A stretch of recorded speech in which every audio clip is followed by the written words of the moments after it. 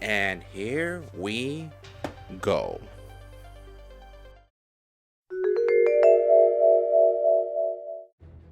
So, if you're like me, then you're probably super excited for this iteration or this release from Filix Toys. This is Filix Toys Clown, the Clown, Clown. They use a interesting font up here, but obviously this is the Heath Ledger Joker. Being Filix Toys is a small third-party studio, they probably want to avoid all the legal actions and whatnot. But put that aside, this is probably the best 1/12 scale Heath Ledger Joker out there. And granted, it is a recent release, so of course all the upgrades and the sculpting technologies, it gave this an advantage. But if you're looking for a solid 1/12 scale Heath Ledger Joker, this might be right down your alley. And I, for one, love this figure. I already took it out the box, took a look at it. I mean, the promo pictures didn't do it justice. And I'm a big fan of Christopher Nolan's trilogy. During The Dark Knight, I worked at the movie theater, and I think I watched this movie like a countless number of times. Like, I have no idea. But looking at the box, enough jabbering. Looking at the box, it's a simple yet effective box. You got what I believe to be Gotham City back here. On the sides, you got what looks to be like a silhouette. I hope you guys can make that out. Silhouette of the city. It's just 3, 4, 5 rectangles stacked and going higher up, like a kind of like a graph clown here. At the top, you got that same silhouette. At the bottom, you got that same silhouette. So plain box, and here at the front, you got Joker's just poker cards with ah ha ha ha written all over it. Anyways, let's go ahead and take the figure out the box. His accessories is a mod of accessories, so that way you guys can get an idea on what this figure is all about. Babu Freak, let's take it away. Accessories department, and he comes, I must say, with an armada of accessories. So 6 pairs of hands that he comes with. These are the ones that he has right out the box. These are the ones that are slapped on. So each hand is representative both left and right, so he comes with one design per hand, which is pretty damn dope. So here are his fists.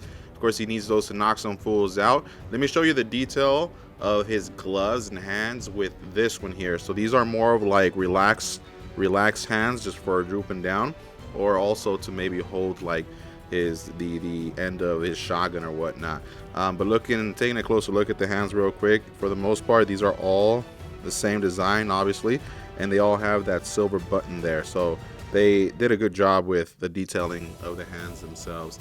You can see the wrinkles across, so every hand has its own form of detail. You can see those creases at the top of his hand itself. Yeah, you can definitely tell these are gloves that he has put on. Yeah. So the next set is he comes, of course, with trigger finger hands. He needs to come with these as he's blasting fools. You've seen those scenes in the movie.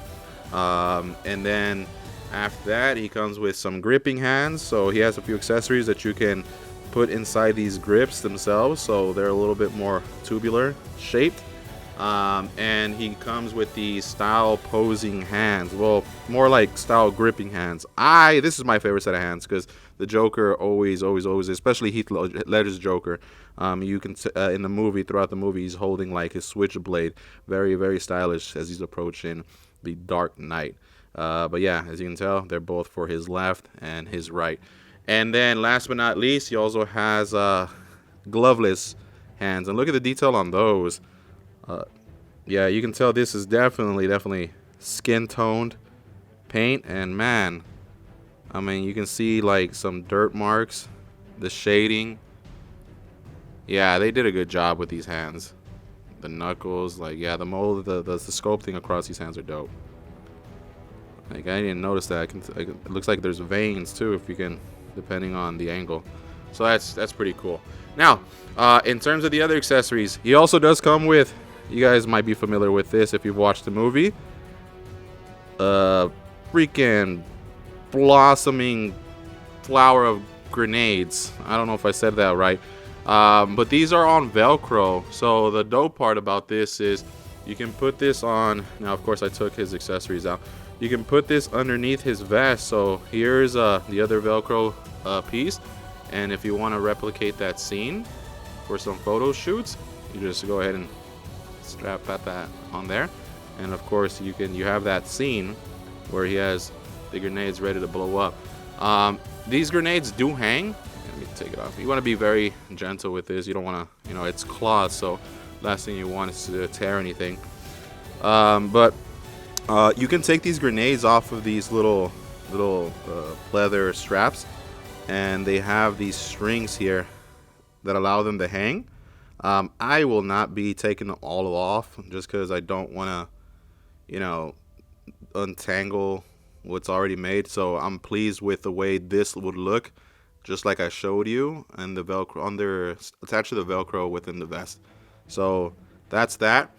At the very last scene, the last fight between the Joker and the Batman, he comes with his detonator and his taser stick.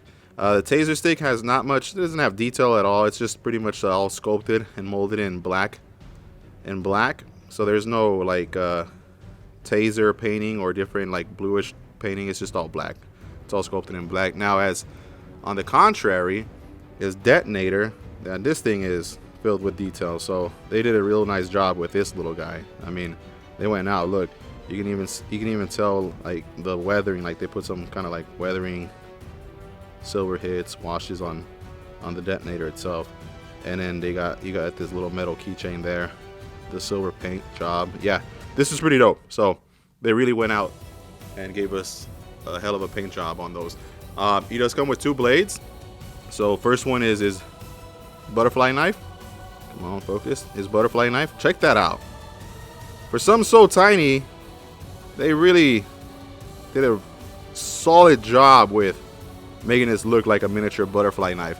And again, this little style holding hand, can be used to hold that butterfly knife. Voila. Sick with it. Yeah, pretty dope. And then this is the other hand. The other knife. It's like more like a switchblade. Yeah, just black on the handle, and then the silver on the blade edge. There's no serrations or anything. He comes with a deck of cards that are already spread out, and of course the iconic Joker card stacked on the top. This is the other end. So they painted that. It's just just plain paint. And in terms of his guns, he also does come with his little snub pistol, brat. And they gave this one a shiny paint job, so it's more glossy, to make it look, I suppose, metallic. And they also painted the handle in that brown color with those gold little nub hits. Pretty dope. They did a good job. The sculpting work is actually pretty damn great. So yeah, Filix Toys, I am happy with this. Alrighty, and here is his Glock. So there's no moving parts on his guns, unfortunately. I was seeing if maybe like the magazine comes off, but no, there's a silver painting, and then just the plain black handle and magazine.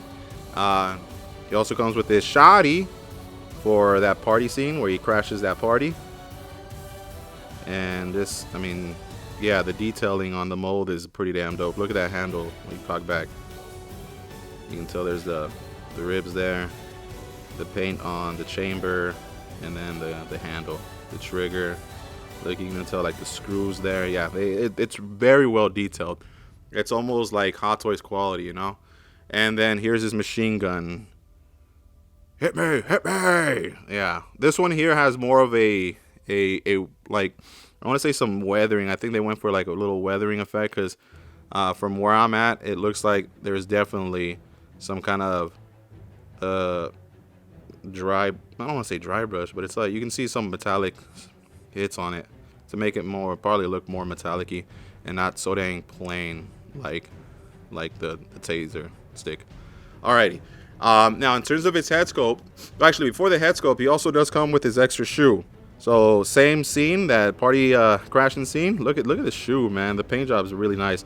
Now you can tell there's definitely washes of different brown tones in there. The laces, of course, are just sculpted on, but you can see the sculpt on the stitching around the shoe. check the treads, and then that silver blade coming out the tip of the shoe itself. You just boom, and it comes out and stabs the heck out of Senor Batman. These go in very easily. Here's his foot. The sock game, beat the sock game, and then it's just on a peg. And the cool thing is they kind of lifted that sock up, so that way you don't have to worry about it, you know, scrunching up, and then you just go ahead and peg it on. Pretty simple. Now in terms of his heads, so he only comes with 2 head sculpts, but right before I show you the head sculpts, here he is with his mask. So this is his mask. Now I kind of wish they would have given us a separate head sculpt with the mask already attached, but instead they just gave us the plain mask, the hollow mask itself. And now let me show you real quick the main head sculpt that he comes with. So this is the one that he has right out the box. I must say I am truly pleased and impressed with the way this came out. Hopefully you guys can make that out, but geez, the promotional images and any pictures that have been put out there by 5K Toys. By the way, of course, I got this from 5K Toys' website, so if you're interested, they still have them in stock. But yeah, the pictures don't do it justice. You got to see this in person for one to admire this head sculpt in particular. And I say this one because I'll show you the next one in just a sec. But watch, look, the paint on the eyes, they have that glossy hit, just like Hot Toys does theirs. The paint on the lips has that glossiness. The sculpting, now if you look at the sculpting, I don't know if you can make it out in the camera, but the wrinkles on his forehead, they are painted on, they're not sculpted on. However, the crow's feet on the sides of his eyes, they are sculpted on, so as well as the scars on his lips. You want to know how he got these scars? Yeah, the scars on his lips are also sculpted on, but check that out. You got the mixture of the matte paints for the white and the glossy paint for the red, and then of course the matte for the black with that droopy. Man, yeah, they did a good job. The hair, you can tell that the hair is green with some dark washes on it, so they really went out with in the paint department. Yeah, man, they did a good job. The ears there with some of the white spreading across, the skin tone on his neck. So as you can tell, this is very similar to Mezco and Hot Toys when it comes down to the neck and head design. So that's all part of one. There's no point of articulation here or break point between the neck and the head. So here's the second head sculpt. So now, not to knock anything out of this head sculpt, it is still an amazing sculpt, and it still does have some really great paint works. It's just that to me, it doesn't look like Heath Ledger. I don't know. Y'all don't, I mean, let me know what y'all feel about it down in the comment section below. To me, it doesn't look like Heath Ledger. To me, it looks like Creed Bratton from The Office. But again, not knocking anything out of the paint and the sculpting department. It still looks amazing. The hair is more of course messy than the other one. You can still tell that they did the same kind of paint quality on it. The teeth are there, they're all yellowed. I don't see no detail on the teeth, but the rest just does it justice. And the same thing for the hair and the skin tone. So yeah, going back to this mask. So this mask here, of course, comes separate. Doesn't come with an attached head sculpt. So the best head that you could fit this on would be this one, and it literally just goes right up top. Now the cool thing is this mask here, it is made of like a flexible plastic, so you don't necessarily have to worry about, one, it breaking, and two, potentially scratching the paintwork for the face here. But yeah, you just go ahead and just slip that on. Now it's not the most, I guess, perfect fit, but for the most part it sticks. Yeah, not too shabby. But yeah, I still wish they would have given us a separate head sculpt with that. Now aside from that, he also comes with this miniature size poker card. What this is, which I'm not gonna tear apart or break apart, it just has cutouts, so that way you can give him, I suppose, a more realistic set of poker cards. But to your own discretion if you want to go ahead and rip this apart. I'm just going to leave it alone. This actually came outside the tray that the figure comes in and the accessories come in. They come in very similar Mezco and Hot Toys tray, like little blister tray. It's 2 layers, so it's outside the box. So if you take this, if you buy this figure and you take the tray out the box, just keep an eye out for this one. As for me, it slipped out. I didn't realize it was there. And I'm not sure if you want to consider these accessories, but here's his vest. I took it apart. Actually, no, apologies. This is his coat. Now, the only bummer part is this coat here doesn't have its sleeves. So this is a very similar coat to what he's wearing during the bank robber scenes, but it doesn't have sleeves. That's kind of a bummer because if they're gonna throw in this mask here, you would think they would allow, or they would want people to replicate that scene. But also, not to mention, it doesn't come with the pants as well. The pants and the coat are the same in that bank robber scene. And I don't know if, again, you want to consider this an accessory, but here's his coat. So his coat's pretty dope. It's made of synthetic suede. It's nice material. And one thing I gotta say is that every single cloth piece on the Joker here is well tailored, fitted to him. The buttons here are made of plastic. I'll just be aware of not, getting those stuck on anything. Hopefully you guys can make that out. The inside is that like silky like material. There's oh my bad, so there's the Velcro. I put it inside the vest. I suppose you can put it in the vest if you like, but yeah, there's the Velcro. But the Velcro does come on the vest as well, so you can take that Velcro vest off. And unfortunately, there is no bendy wire on the front, on this part, nor this part of the coat. The only place there's bendy wire is at the ends, at the bottom ends of each of these flaps, so you can bend the bottoms to any way you please. Other than that, though, there is no bendy wire anywhere else.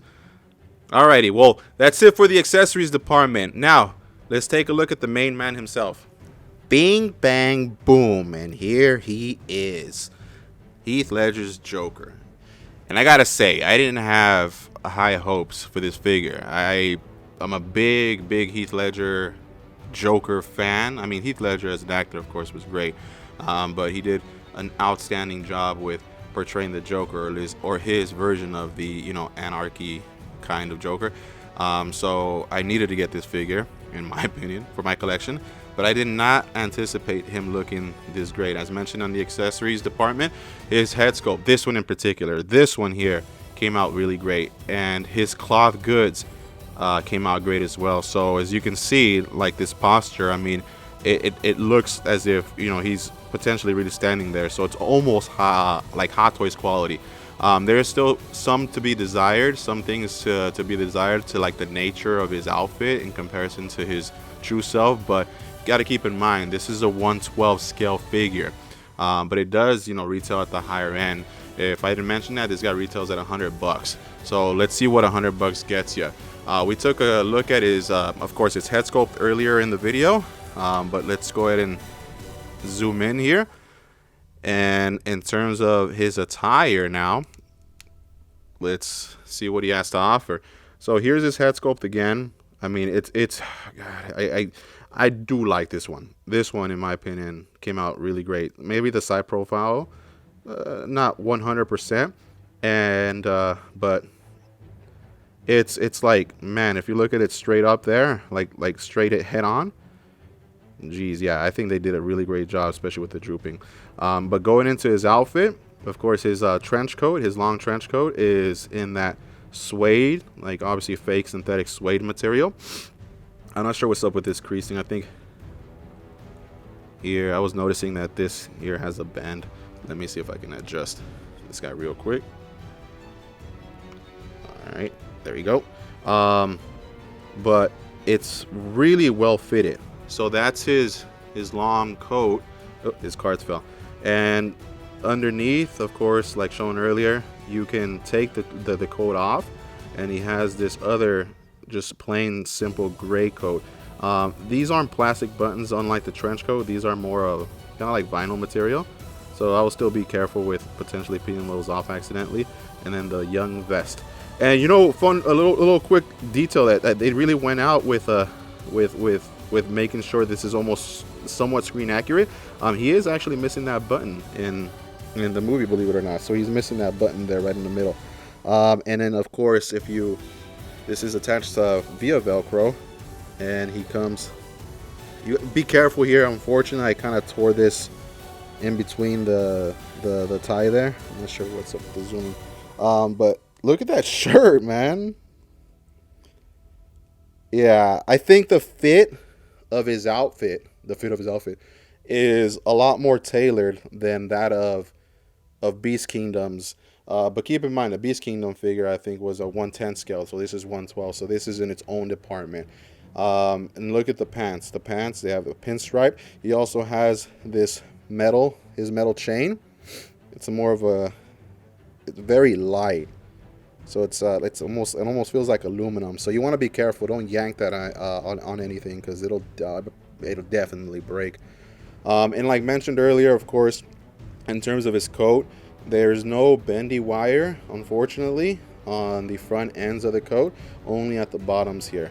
There are those plastic buttons. Here is his fake pocket. You can't really do anything with the pocket, unfortunately, so it doesn't open, which is fine. At least it's there. And then his pinstripe pants. No belt underneath, so he doesn't have a belt. I can't remember if he had one in the movie or not. But going down, here is his pinstripe pants. There is his regular shoe. Of course, he comes with this shoe that has the blade attached to it, and that just simply pops off. We'll look at that peg. So that's the peg that fits into either shoe here. Showing you that again. And then peep his sock game. So this dude's rocking high socks, so you know what they say, he's a down ass fool. But yeah, and the only thing I would say that's left to be desired is more of weathering, you know, because his coat wasn't like this one here is a little bit more of a clean, fresher look. And again, I know this is 112 scale, so it's probably going to be a little bit difficult to put more detail when it comes down to weathering. But his coat itself was more, I don't want to say tattered, but it wasn't this clean. Of course, there were some major dirt marks on it, like as if he was rolling through tunnels and sewers and whatnot. I don't know if I'm using the right examples, but yeah.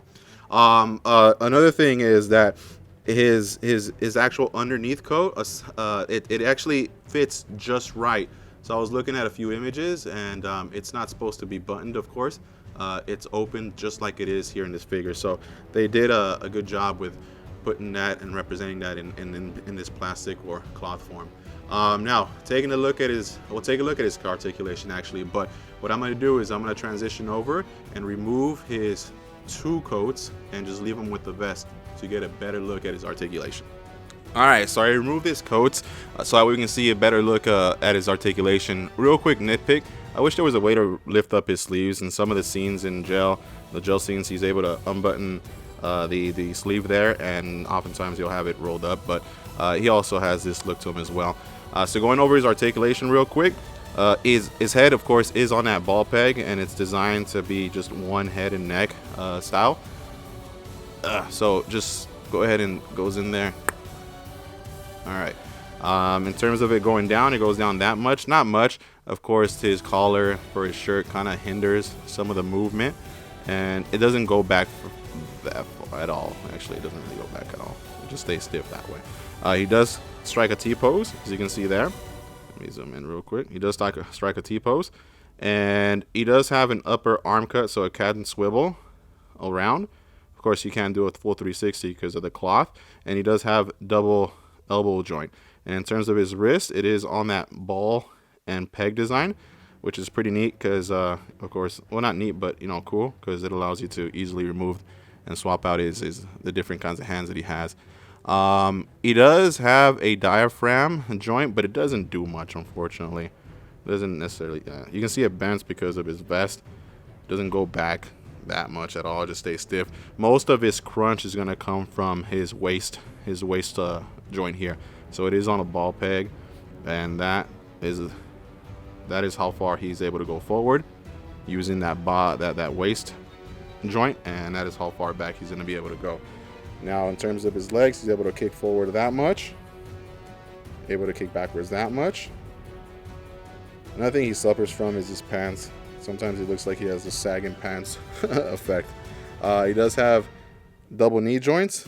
Before I forget, he does also have, but it's more towards like the upper area of his thigh, he does have the thigh cut that allows you to swivel it. And similar to the wrist, he does have the ball and peg design. So you're able to do some good pivoting on that ankle. And it goes up that much, back that much. Good amount. Alrighty. So that's it for his articulation. Let's go ahead and do some size comparisons so we can see him among some other figures and lines. Alright, cool. So here he is, back, suited and booted. And before I do some comparisons, let's size him up real quick. Now, as a disclosure, don't let the camera fool you because of the angle.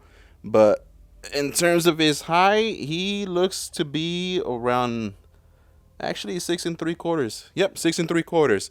So he's just a tad bit taller than 6 inches. But here, let me show you how he scales with some of his other counterparts. So here is the MDX Joker from Mezco's website. This was their site exclusive. And here he is with the Clown Prince Mezco Joker. And it looks to be like the Clown Prince beats him in height, whereas the MDX Joker is a tad bit smaller. Just to compare him to some other Mezcos, here is the Batman, the armored Batman from the Justice League line from Mezco, and of course a Baseball Fury from the Warriors line. This is how he scales with some other motion-based picture characters. So Liam Neeson's SH Figuarts Qui-Gon Jinn, and then Hasbro's Black Series Captain Andor, Diego Luna's Captain Andor from Rogue One. And lastly, just to compare him to some other companies and lines, this is the Penguin from the Arkham City games done by McFarlane, and then the Mikey from the first TMNT live action movie done by NECA. Alright, so just to wrap things up, I do want to say this. This figure did exceed my expectations. I felt like the promo images or the teases didn't do this figure justice. You really gotta actually look at this figure in person to truly admire what Filix Toys has done or did with this figure to bring into plastic form. The quality of the overall figure, the tailoring of the outfit, the sculpting of the heads. Even though I feel a little iffy on the smirking, smiling head, I truly admire the more neutral head. To me, that does Heath Ledger's portrayal or portrait justice. The quality of his accessories. I mean, everything about this figure is exactly what I would anticipate for the $100 price tag that it has. So overall, I give Filix Toys my hats off because they did a great job. Is this figure for everybody? Not necessarily, because there's still those collectors that don't necessarily gear towards cloth good figures. So this might not be for you because it has the same limitations that more than likely y'all not favor. So for example, like the hindrances in the articulation due to the cloth goods. However, if you're down with Mezco, then you'll definitely dig this figure. Other than that, hopefully with this video helped you gear towards whether or not you want to cop it or drop it, like they say in the sneaker world. If you like this video, please hit the like button. Let me know any feedback. What is it that made you want to cop this figure? What is it that made you deter yourself from copying this figure? Drop that in the comment section below. And aside from that, if you like my video, why not think about subscribing? I'm looking to do this for the long run, and I'm a big collector, so I try to do videos on almost anything. Alrighty, well, that's it for me. This is Poncho from Poncho's Palace, and I'm out.